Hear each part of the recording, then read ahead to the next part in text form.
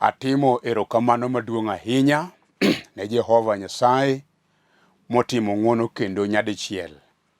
Kendo amiyo nying Nyasaye duong' kuom hono malach motimonwa e okinyi. Aseneno kod wang'a gik mabecho motimonwa e otieno te, kendo chako yawonwa piny mondo wachopi mondo wane odiochieng' mawendo. Erokamano ne in minwang'o thuolo, erokamano ne Nyasaye, erokamano ne jo Lolwe TV momiyowa thuolo mondo wayal injili mar warruok mang'ongo ne oganda duto te manigi thuolo mar neno kendo mar winjo. Kendo chunya gombo ni mondo awachni, TV mawayudo ni, wayudo thuolo ni mana kuom ng'wono. To chunya mor nikech gini en marwa, en mar joluo. Nyasaye maratego mondo ogwedh nyithi Nyasaye manotimo ma kendo noneno ni long'o mondo wabed ka pile ka wayalo wach Nyasaye. An mawuoyo kodi e okinyi masani, wiya ok wil mokafulora ni, an nyinga Pastor Benard Otieno, an wuod Wiso kore tajako chia makamenya but Nyalianga School. Nyasaye notimona ng'wono maduong' kendo kawuono anyalo chung' nyim piny ngima kayalo wach mar ngima ne ji duto te, kendo polo kod piny bedo joneno ni adiera wach mar Nyasaye manobiro na akelo tich abich ka tich abich e Lolwe TV. Kendo jomoseneno wachni, jomosewinjo wachni oseneno gik mabecho kendo giseyudo gik malong'o ma Nyasaye osekelo negi. In bende in achiel kuom oganda madwa timo neno kuom gik madongo ma Nyasaye osetimo. Mano emomiyo anwang'o thuolo mondo aket namba na kanyo mondo in bende nwang'ie thuolo mondo igo kendo wawuo kuom wach moro amora machandi.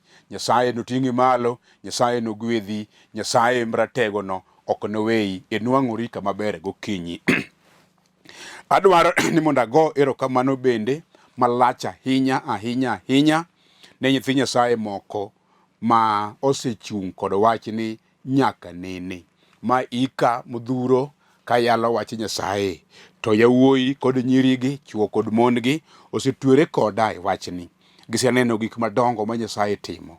An bende asebedo janeno gik ma Nyasaye timo negi. Akwayi kuom ng'wono ni in bende ibedi achiel kuom nyithi Nyasaye matimo neno ni ne wawinjo wach, ne wamako wach, nakawo wachno kendo wachno osegwedha.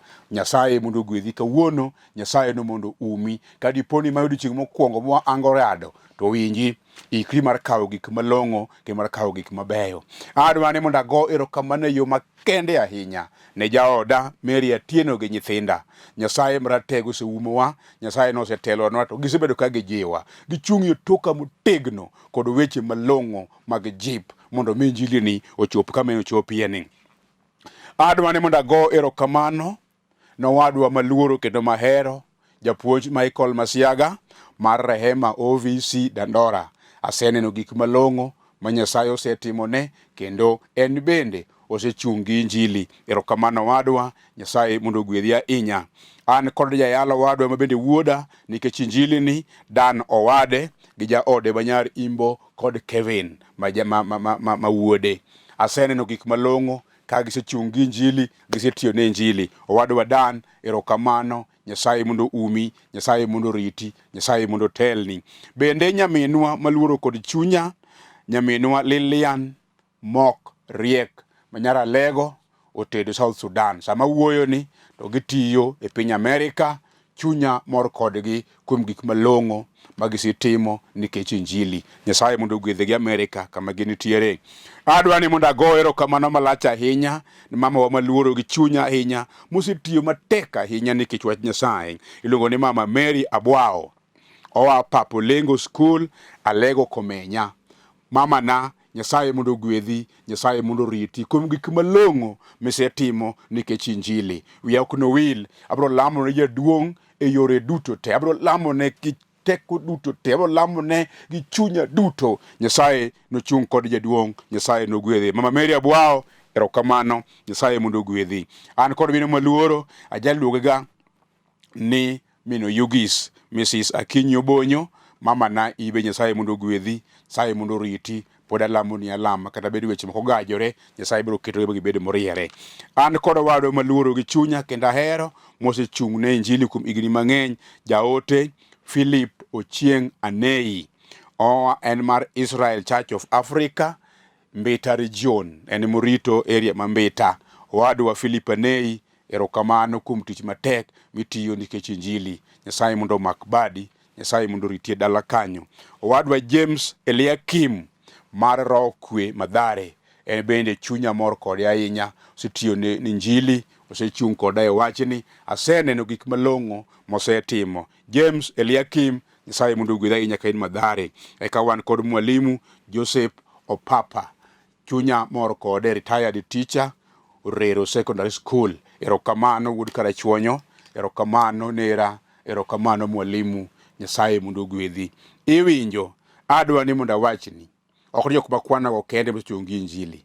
Ji chungi injili mang'eny ma ok dakwan. An kod ji ma South Africa kamoting'o owetena mang'eny ahinya. An kod ji Central Africa, an kod ji ma nyaka West Africa, an kod ji ma kuonde mopogore opogore nyaka Netherlands, kuonde mang'eny nikech injili masebedo kayalo. Chunya mor kodu ahinya, Nyasaye mondo ogwedhi. Kata bedi sani kore kinena kende, akwayi ni gima ji timo ka en chiko it, mako injili to gitiyo ne Nyasaye. To Nyasaye chung' kod nyithi Nyasaye. In bende chung' kod injili mondo ne gik madongo ma Nyasaye dwa timo ni sani. Akwayo kuom ng'wono nikech an gi thuolo matin kende, adwa yalo wach Nyasaye. Kama intiere Ruoth omiyi thuolo mondo ine ni ano goye chungi piny mondo wawuo gi Jehova. Biro neno gik madongo ma Jehova no biro timo. Walamo. Wuonwa kendo Nyasachwa maratego, osana matimo duto kuom duto, agoyo ni erokamano gokinyi. Aseneno badi Jehova, aneno ng'wono maduong', aneno hera maduong', aneno kech ni Nyasaye, iber manade. Chunya ogeni mang'eny, pok ni kudo wiwa. Nyaka nachak wuoyo kodi yaye Jehova. Isechung'ie loy, isechung'ie kedo, ichung'ie nyima yaye Nyasaye. Aluwo bang' wachni motimo mach yaye Nyasaye, motimo chuma. Wachni Nyasaye ma wang'o teko mag mudho mag jasigu. Wachni no kende mageno yaye Nyasaye. Erokamano sana ni wala e tijni sama ne piny odagi. Nine okaromo Jehova, nine kaka romo. Erokamano Nyasaye kuom sechung' koda. Chunya mor kodi ahinya. Akwayi ne mama kod baba, ing'eyo kijana, ning'eyo nyakoni, ing'eyo jaduong' ni gimoro amora mokale bedo tek machalo Lwanda. Nyasaye chung' kodgi, migi kwe. Kata bed tuo matek mosechwade lwedo ni ok nyalre, Jehova in minyalo gonyo mikel chang. Tim ng'wono, miwa paro kendo miwa chuny mar mako kendo mar rito weche malong'o miseketo e mbelewa. Nyinge nwang' loch wi gik moko duto. Tin nende yaw pachwa mondo wach manade mido puonjowa sani ondak dhod chunywa kendo loswa ne biro mar Ruoth mang'eyo kae machiegni. Erani mondo umore ate weche duto. Nyasach polo ok wachuni to wasayi, dwache otimre mana kuom yie e nying Yesu Kristo ma Jawarwa. Amen. Adwa na wuo kodi kasayi ni in bende wachie na amen kama initie mondo ne gik mabecho ma Jehova iko.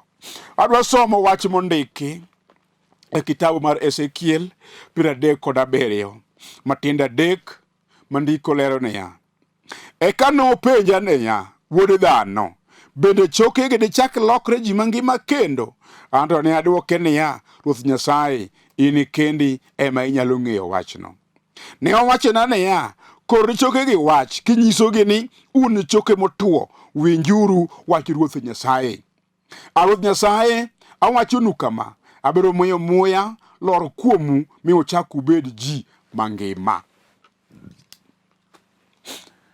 Nowadwa kendo nyaminwa monwang'o thuolo mondo bed kodi chokruok maler mar jo Nyasaye e okinyi masani mar tich abich.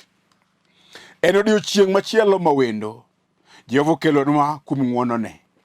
To wakwanore kaka johawi. In bende kwanri kaka jahawi, nikech ichiewo kapok itimo gimoro kendo kapok iwuok to yudo injili mar Nyasaye. Wach modwa wuoyo sani en wach miluongo ni holo mar choke motwo. Jal mondiko sigana ni iluonge ni Ezekiel jatich Nyasaye. ruoth matimo duto kuom duto nomiye thuolo koting'e ei roho kendo wacho ni nawinjo ka roho ma Nyasaye oting'a kendo notera nyaka ei holo. Ti holo kanyo ne ok ayude gima ber. Nayudo ka choke lilo ema nitie kendo gin choke ma kana ang'iyogi to ne gichalo choke mar oganda maduong'. Kata kamano ne gisetho, maring'o kod leche kod remo gik manyalo bet malos dhano nosetuo, moserumo, moselal. Ne gin choke motuo kururu kaka muma wacho. Ezekiel timo neno ni sama nodonjo ei choke kanyo ei holo no, to Nyasaye manoting'e katere kanyo no owuoyo kode kendo kone kendo penje gi dwol maduong' ni to Ezekiel wuod dhano, ineno chokego? Nie, anenogi. To Nyasaye penje to bende ginyalo doko ji mangima kendo? To Ezekiel ong'iyo monono moneno maduoko tame, dhoge nomoku ka ok onyal. Omiyo nowuoyo gi Nyasaye ka chunye oluor kendo kod ruoth, wach mane nipenja ni in kendi in ema inyalo duoko wachno. To Jehova ne ok owegi kanyo. Jehova nochako kone niya, in gimitim, kor akora wach ne chokegi. Kornegi wach. Kendo nonwang'o chir monwang'o teko nikech Jehova ema wuoyo. Kendo sama nonwang'o chir monwang'o teko nikech Jehova wuoyo, to nochomo choke tir mokonegi ni choke, un choke motuo. Jehova ema wuoyo kendo Jehova ema wacho ni mondo yamo okudhi ka koni to dugo koni, mondo ochak oyud gik mowinjore mondo obed dhano. Sama nokoro wach, gima mora kod wachno ni Jehova owacho ni kora kora. En bende ok opingo, nikech ong'eyo wach mane ka Jehova osewuoyo, en ng'a manyalo pingo, kata en ng'a manyalo tamore, kata en ng'a manyalo kwer. Sama nokoro wach ne choke, to choke nogo sarut kawacho niya, ka ruoth ema owacho, wato koro wan ng'a ma dewatamre. Nowinjo ka yamo wa koni, to yamo chako dhi koni. Sama ne yamo ringo kadhi kama cha, to choke nochako rwadore kariwore kod wadgi. Ok ang'eyo kuma bat ne nitie, kata kuma tielo ne nitie. Ok ang'eyo ni wich to ne ni kanye. Bende ok ang'eyo ni to kore ne ni kure. Ok anyal ng'eyo dende mamoko ne ni kanye. To nikech Jehova osewacho, gigo nomanyore. Tielo nomanyo kuma onego bedie. Kendo tielo makoro ka chich nomanyo makoro ka cham. Kendo tielo makoro ka cham nomanyo makoro ka chich. Bat makoni gi makocha nomanyore. Ezekiel wacho nawinjo ka giriadore kendo giriwore ka choke riwore kanyakla. Kendo gima nowacho nochopo kare. Nikech ang'o? Ne ok opingo, nikech nowacho ni Jehova ema osewuoyo. An koro tija en koro wach. Nokoro ne choke. Choke nowinjo wach. Kane pod owuoyo, noneno ka leche obiro. Noneno ka ring'o obiro. Noneno ka remo donjo. Gimoro amora nodonjo. Mag jogo, mag gigo, mag chokego, gik manosewe, manowitie holo, nolokore dhano mobedo dhano mangima. Kendo wacho kisomo kanyo kidhi mbele. Ai, ya Jehova ni to onde lach. Owacho ni sama natieko koro wach, to nyaka muya nodonjo kuom jogi, kendo ne gichung' malo ka gin oganda malach moromo lweny manyalo dhi kedo. Jehova to winjo pako adiera. Iwinjo gimomiyo Roho ma Nyasaye okelo wachni. We mondo some kitabu mar Ezekiel nogo 36 matindo 33 gi 34 wacho niya, Ruoth Nyasaye awacho niya, ka apwodhou kuom richou duto, to anami uchak udag e miechu mi uger kuonde mane omukore. Ng'ato ang'ata mane okadho machiegni gi puotheu noneno ka giyugno marach. To abiro miyo uchak upur gi kendo, mi ji duto nowach niya, piny ma yande thimni tinde chalo gi puoth Eden, kendo mier mane omukore mi oyaki, kendo owe gundni tinde ochiel motegno, kendo ji odakie. Ai, mamana, owadwa kaminena ok ang'eyo. To winjie neno maduong' Ruoth Nyasaye timo kendi owuon gi duond Ezekiel. Owacho ni ka an Jehova an ema puodhou, to nyaka miereu manosekuong' molokore gundni mochalo thim ma gima long'o ne ok nyal betie, kendo joma nokadho kanyo manonge kaka jone chalo ne rikni gikadho kanyo gi ng'wech nikech nolokore thim, kendo le mag thim ne nyalo dak e miecheugo. To ka an Jehova an ema puodhou, to miechego te ibichak ger, kendo kuonde ma yande mukore te biro chako ger machak bed dala, kendo gibiro chalo gi puodho miluongo ni mar Eden, puothe malong'o mane Jehova otime neno ka wacho weche malong'o mane oyiero ne nyithinde mondo odagie. Awacho ni karamo sani kokadho kuom story mwasomo mokwongo kod ma, gigi chalre. Winji, Jehova Nyasaye to timo gik madongo. Obed chogo mane, obed kata biashara manyitimo, nosegore piny motuo ta mochalo chogo.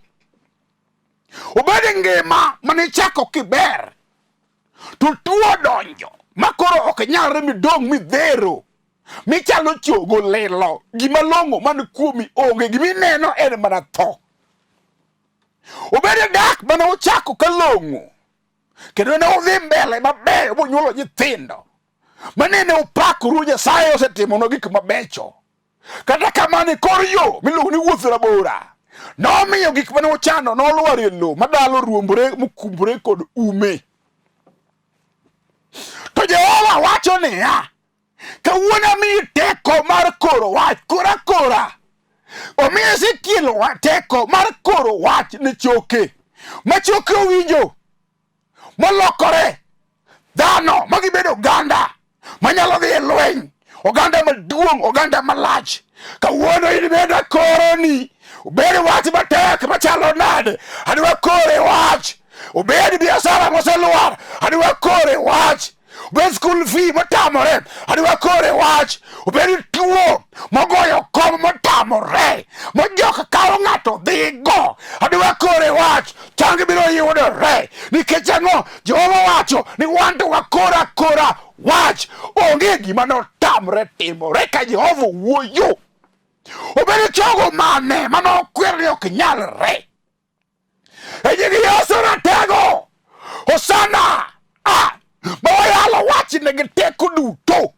Isana wacho gokinyi niyaa, onge gima notame. Obed chogo nowinj wach, obed timo dino nowinj wach, obed tuo mar okimi nowinj wach, obed tuo mar kansa nowinj wach, obed dala mar adwoke majuok osegoye kom mowacho weche moko morem mok nyalre, kawuono gibiro winjo wach. Gima notame onge. Obed gimotuo kururu, obed chiemo moselal ma onge dala, ma nyithindo nindo oketh gi jodongo te, e nying Yesu ratego kawuono chiemo yudore. Nikech ang'o? Jehova wuoyo ni mondo akora wach. Akoro ni wach mamana, akoro ni wach babana, akoro ni wach mosekethoreno kawuono losore e nying Yesu ratego. Owacho 36 matinde 30 kod adek niyaa, ka an Jehova an ema puodhou. An Jehova, ka an Jehova an ema puodhou, tabro duokonu nyaka puothe ma yande ok nyagi, abro duokonu manyagi. Nyaka miere manodong' gundni abiro ole gik malong'o. Tekona mang'ongo maromo ler biro tawala e dala kanyo, kendo gik mayande onge biro yudore. Nyithindo moselal, ma wiyegi osegar, mosekethre, ma king'iyo tiparo noloko jonekni, biro duoge parogi. Jehova biro changogi, Jehova biro ting'gi malo. Hosana mi gik malong'o, dala biro bedo dala. Iwinjo? In bende biro bedo dhano. Nikech ang'o?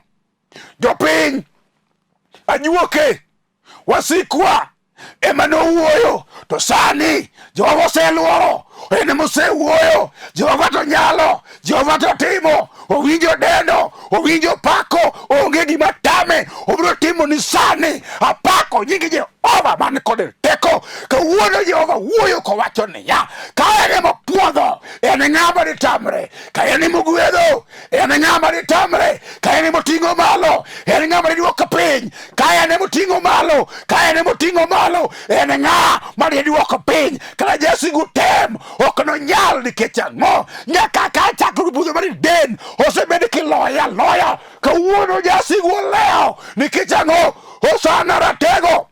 Oseting'o badi malo kowacho niya, iseromo. In kendi, in ema iwinjori. In kendi, in ema igwedhi. Nikech ang'o? Jehova ema wacho, onge ng'ato manyalo duoko gima Jehova koro kuomi duchien. Jehova kosekoro ni timore, to biro timore. Onge kata achiel gima dotam Jehova. We awuoye kuom Luka 19 matindo 37. Owacho niya, Yesu nochopo machiegni gi Jerusalem, kama yo lorgo ka ae got Zeituni. Mi jopuonjrene mang'eny nochako pako Nyasaye matek gi mor, nikech tim madongo miwuoro mane giseneno. Negiwacho niya, ogwedh Ruoth mabiro e nying Ruoth Nyasaye, kwe obedie polo, kendo duong' obedie polo malo. Eka moko kuom jo-Farisai mane ne oganda nowacho ne Yesu niya, Japuonj, kwere jopuonjreni mondo ling'. To nodwokogi niya, awachonu ni ka giling' to kara koda ka kitegi bende biro kok. Kawuono adwa ni mondo aket paroni ni bed ni holo misewuotheno, gima ber misenene iye onge, choke lilo ema osebetie. To gik ma Jehova dwa timo ni sani, gik ma Jehova okete chenro, biro miyo gima Luka ondiko ni timreni. Oganda biro neno gik madongo ma Jehova osetimo.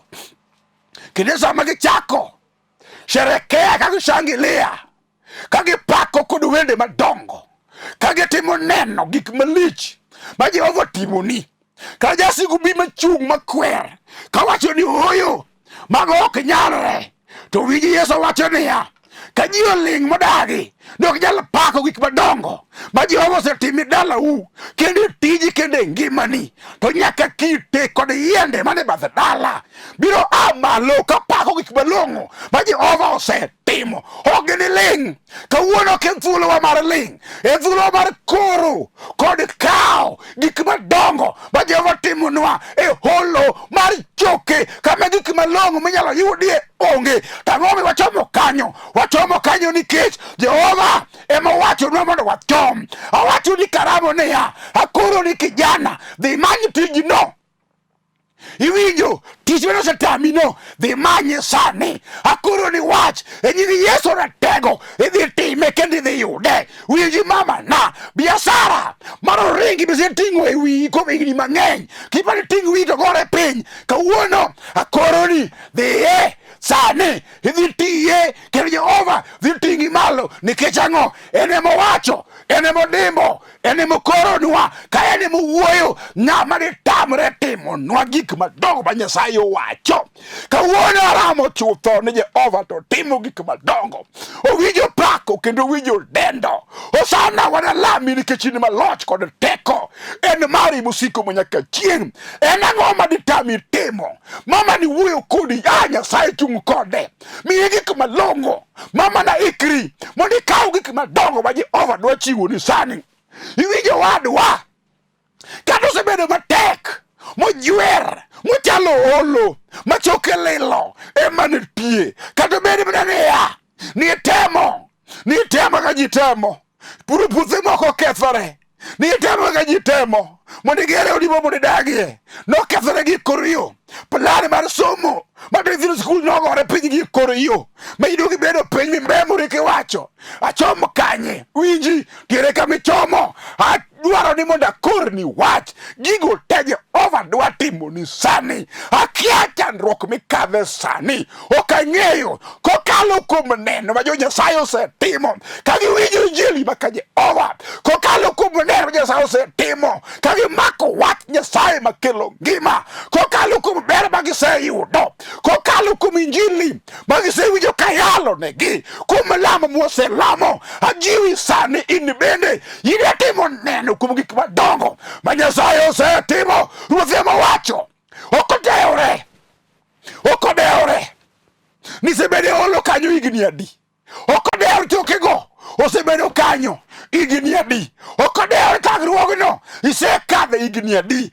Okodewore juogano owacho ang'o.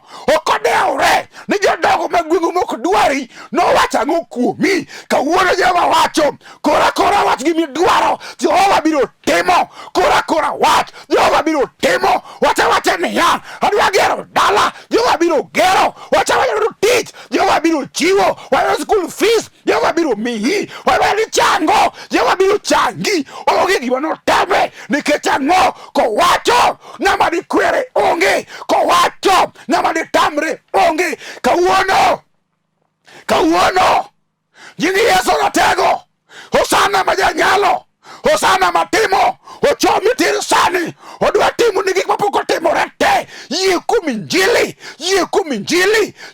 injili mondo ine gik madongo ma Nyasaye timo. Oiko dwoko kata sani. Owacho ni kora. Adibeda koroni ni nyalore. Duto nyalore. Gochongi piny mondo walam Nyasaye mondo ine. Jehova Nyasaye Hosana ratego matimo dukum duto. Agoni erokamano nikech in miwuoyo iwacho kiramo chutho ni wakora wach ka wan kod yie to dhi timore. Wakoro ber lilo, wakoro gweth, wakoro gik malong'o ma in iwuon misetimo. Hosana timnegi.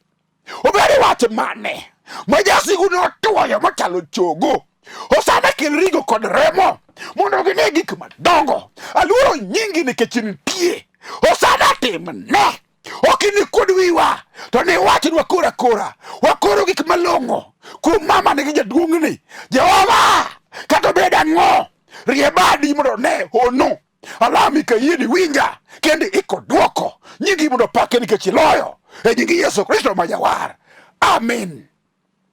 Chunya nyisa samoro in kod gima lokore chogo. Bende kod yie nosetimore. Mano mi wacho ni wachna amen kama initie mondo ine gik madongo ma Jehova dhi gwedho kendo dhi timo ni e dala. An ma wuoyo kodi gokinyi sani. Nyinga iluongo ni Pastor Benard Otieno. An wuod Wiso ajakochia makamenya. Sama wuoyo ni andi dala mar Nairobi ka ema tich Nyasaye e kanisa mar Foundation of Eternal Life Church Dandora Phase 5.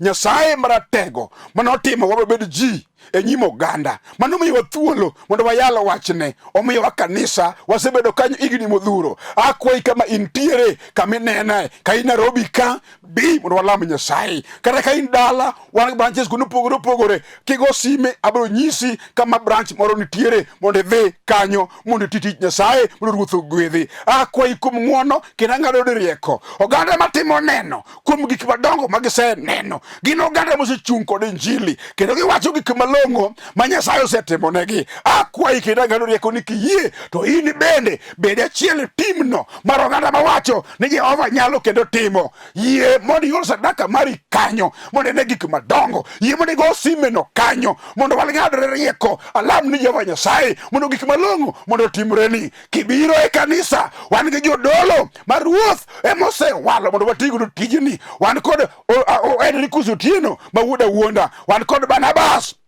Otieno. Wan kod Alex Okelo ma wuod Oyule. Wan kod Bishop Julius Otieno ma wuod Odondi. Nyasaye mratego notimo wa oganda. Ibende warwaki kanisa bi mondo wabere kanyakla mondo watiti Nyasaye kanyakla mondo ne gik madongo ma Jehova timo. Yuke bang' injili ni gi gima nade ma Nyasaye omiyi mondo ne gweth manyo jothurwa. Gweth ok ling'a dala to gweth manyo. Akwai manye kokalo kuom chiwo mari matin ma Jehova mimi golo kuom chunyi maler mondo ine gik madongo ma Nyasaye gwedho. Nyasaye ok nokuodo wiyi, Nyasaye noting'i malo. Jehova no mondo pari, Jehova no mondo pari, miniyie kora wachno obolame Nyasaye. Ruoth biro timo ni gima tame onge, osetimo n'oganda, ibo nyaka otimni sani. Osana pod ngima, Osana pod timo, Osana pod gwedho, odhi timo ni gik madongo. Yie kuom wachne, kora wach kawuono, wakora wach to timore. Jehova osetimo, biro timni sani kuom ng'wono. Ayie ni winjo. Nyasaye mondo gwedhi ahinya. Amen. Injili ma wayalo ni to nigi nengone. Injilo winjo luor goganda te, kwa paro nengo mochul. Injilo winjo luor goganda te. Injili ma wayalo ni to nigi nengone. Injilo winjo luor goganda te, kwa paro nengo mochul.